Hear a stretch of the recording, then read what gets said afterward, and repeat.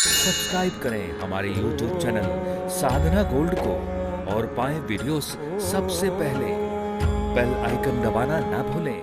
धर्म और विज्ञान में सिर्फ इतना अंतर है कि विज्ञान जब कोई आविष्कार करता है शायद मनुष्यों को और थोड़ा सरलता मिल जाती है। अब जैसे इस कथा को आप बहुत आनंद के साथ वहाँ बैठकर श्रवण करें इस विज्ञान के माध्यम से, लेकिन यही विज्ञान जब और ज़्यादा विकास करेगा तो भारी कष्टकारी बन सकता है। अब आप देखिए विज्ञान जिस तरह से तरक्की कर रहा है, कहीं ना कहीं आपको नहीं लगता हम विनाश की ओर जा रहे हैं? इसी विज्ञान ने ऐसी ऐसी आविष्कार कर दी, ऐसे ऐसे फैक्ट्री की निर्माण मशीनें बना दी जो केमिकल नदियों में डाल रही है।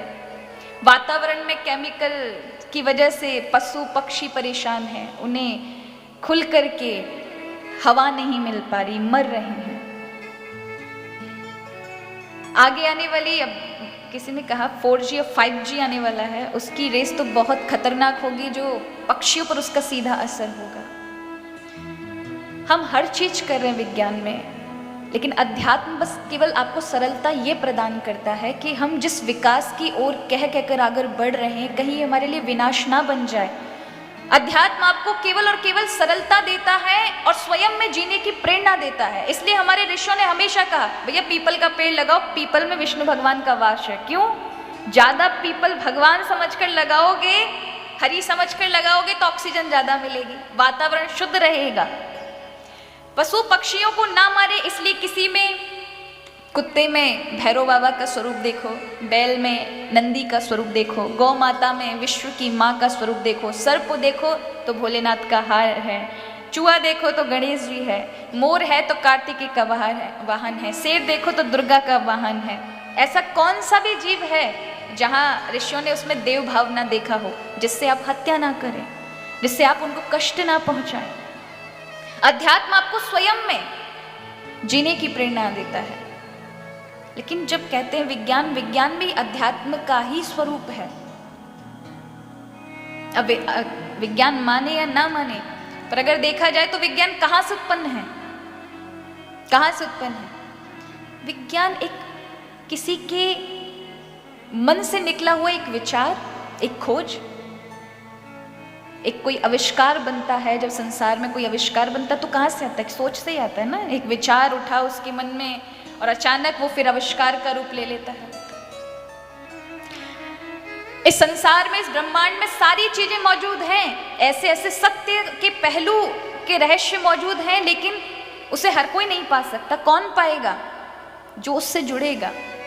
ईश्वर का अर्थ ही क्या है? जब आप भगवत कथा सुन रहे हैं या ध्यान करते हैं या योग अभ्यास करते हैं या प्रभु की शरणागति जाते हैं या ज्ञान मार्ग का अनुसरण करते हैं, उसका अर्थ ही क्या है? कि आप उस प्रभु की, उस ईश्वरीय शक्ति से जुड़ना, उस ब्रह्मांडीय शक्ति से जुड़ना। अच्छा, विज्ञान में उसका एक नाम बोलते हैं यूरेका, और उसी को हमारे अध्यात्म में ध्यान कह देते हैं। ऐसे समझे कि कोई व्यक्ति है, कई वर्षों से खोज कर रहा है, खोज करते करते अचानक उसके जो मन के ऊपर बादल छाए हुए थे और अचानक से छट जाए कुछ क्षण के लिए, एक प्रकाश हो और उसे सालों साल खोई हुई वस्तु एकदम से उसका उत्तर मिल जाए। अब आप देखें, ऋषि पाणिनि थे जिन्होंने संस्कृत की व्याकरण को लिखा। अचानक से महादेव की ऐसी कृपा हुई कि वो बैठे हुए थे और अचानक से ही उन्हें 14 सूत्र, महादेव के डमरू से 14 शब्द सुनाई दिए और उसी से व्याकरण लिख दी।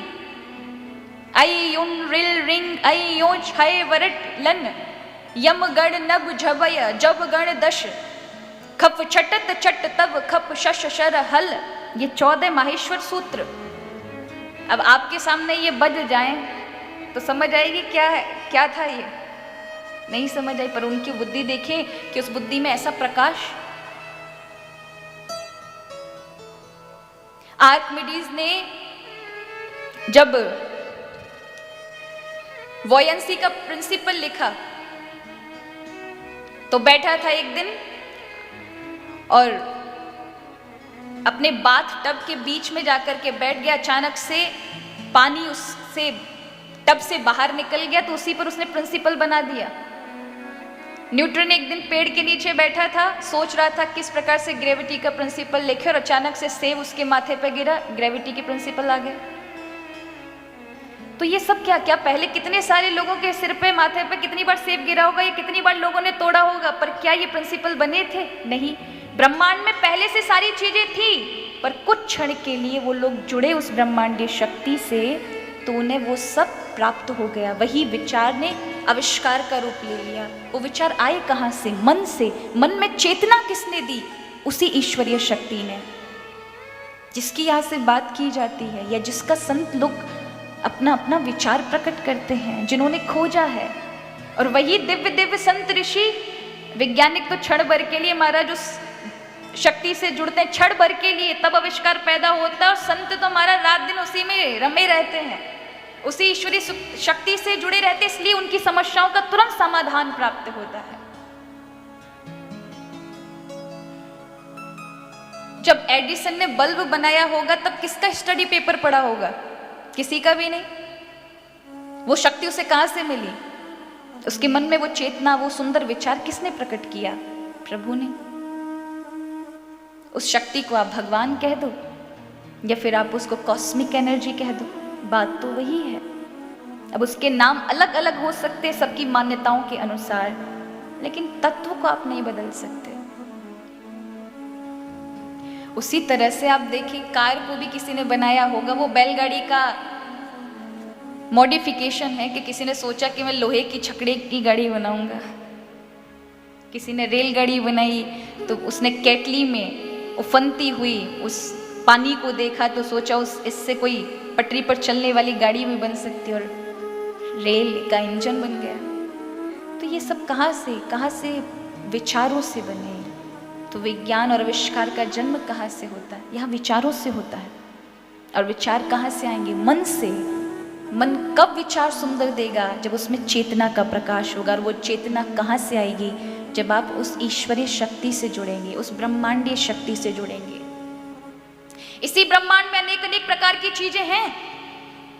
यहाँ वायरस भी है इस पूरे ब्रह्मांड में। यहाँ माइक्रो ऑर्गेनिज्म भी है, इतने छोटे छोटे जीव, बड़े से बड़े। कौन सी ऐसी इंटेलिजेंस इनमें काम कर रही है कि मनुष्य को कैसे बनना है वो उसे पता है, और एक मच्छर को किस प्रकार की अक्ल और किस प्रकार का बनाना है वो उसे पता है। किस प्रकार से माता के रज और पिता के एक छोटे से वीर से एक बहुत बड़ा बालक बन जाता है, किस प्रकार से उसमें दिमाग आ जाता है, किस प्रकार से शरीर के अवयव बन जाते हैं। माना तो ये हाथ आदि, ये पैर आदि, ये सब चमड़ा है, लेकिन जीव के अंदर, जीव को ही कैसे अपना स्वाद पता होता है। आप चाहे हाथ से छू ले, ये स्वाद नहीं बता पाएगा, जबकि ये भी चमड़ा और ये भी चमड़ा है। लेकिन जीभ पर रखते ही आपको ज्ञान होता है। हाथ से कर्म होते हैं, कौन बताता है? इतना सूक्ष्म कौन है? कौन सी शक्ति काम कर रही है? अगर बहुत गहराई में जाएंगे तो आप समझेंगे कि वही शक्ति जो सारे संसार को चला रही है, उसी को आप कृष्ण कह लें, राम कह लें, शिव कह लें, अनंत ब्रह्मांड के मालिक कह लें, गॉड कह लें, या जो भी आप नाम देना चाहें वो दे सकते हैं, पर तत्व तो एक ही की बात होती है।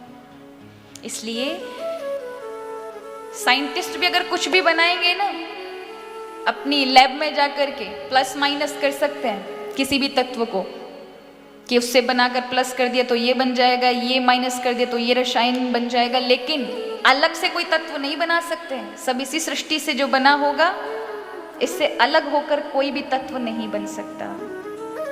इसलिए जब आप प्रभु से जुड़ते हैं, जब प्रभु का ध्यान करते हैं, तो आपको वो चेतना प्रदान कर देते हैं, उस लायक प्रभु प्रदान, उस लायक बना देते हैं कि आप वह कार्य कर देते हैं जो कोई नहीं कर सकता।